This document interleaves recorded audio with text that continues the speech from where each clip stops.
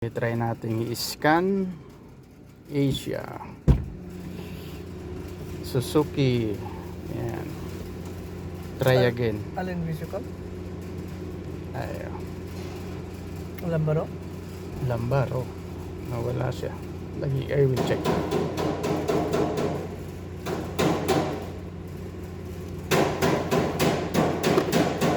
Ewan, rakip na battery para auto scan. Yung ating auto scan kung kakayanin. Ano na kasi ito, expired na ito eh.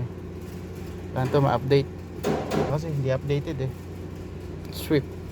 Sweep, kailangan niya siya na sweep, auto scan.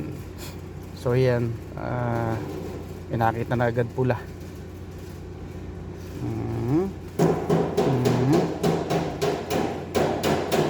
Yon.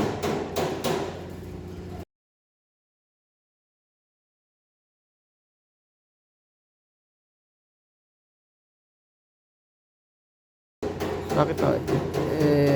Clear trouble code natin. Okay. Wala na siyang DTC. Nawala na yung TCM niya.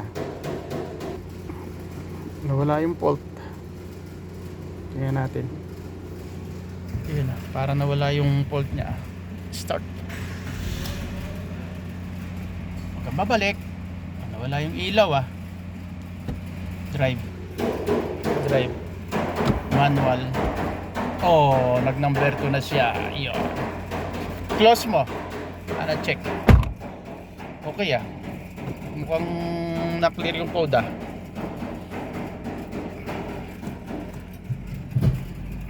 Takbo natin. Itatakbo kung okay na. Yan. Tanggalin ko yung kanyang OBD, yung kanyang Bluetooth. Ngayon, itatakbo ko kung okay na siya. Tingnan natin. Pero pag walang drag to sa first gear, parang okay na.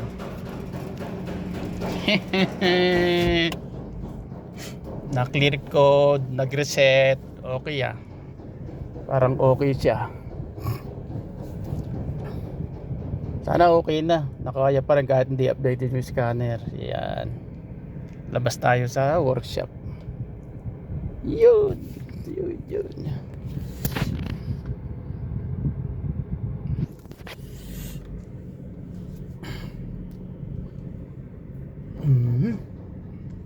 Huwag na umilaw ang gear. Pag hindi na umilaw to, okay na to. Pero ang ginawa ko muna reset siya kanina bago ko in-scan ay battery terminal niya. Tinanggal ko pareho negative positive, tapos pinagdikit ko yung cable. Pero hindi na ako connect sa battery, pinagdikit ko lang siya.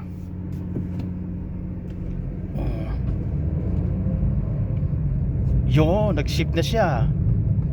Uy, nakuha. Ganda na yan 4, speed 4. Ang okay na.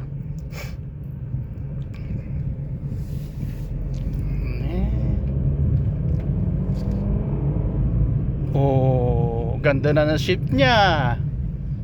Mamaya ilabas to sa route sa malayo. Dali. Tingnan natin sa first gear. Sa first gear kasi ito Yan, first gear, tingnan natin kung magdadrag. Wow, nawala yung dragging niya. Ayos na. Okay nakuha nung scan nawala yung ilaw kasi once na umilaw kasi doon yung transmission, ayaw siya mag-shift. Pero okay na, at least nakuha ng scanner natin kahit na hindi pa siya updated. I-off na natin to. Power off. Yan. Mamaya pakita ko yung niya, yung na-scan yan mamaya. Okay. Go. Wala na siyang dragging. Okay na. Yan.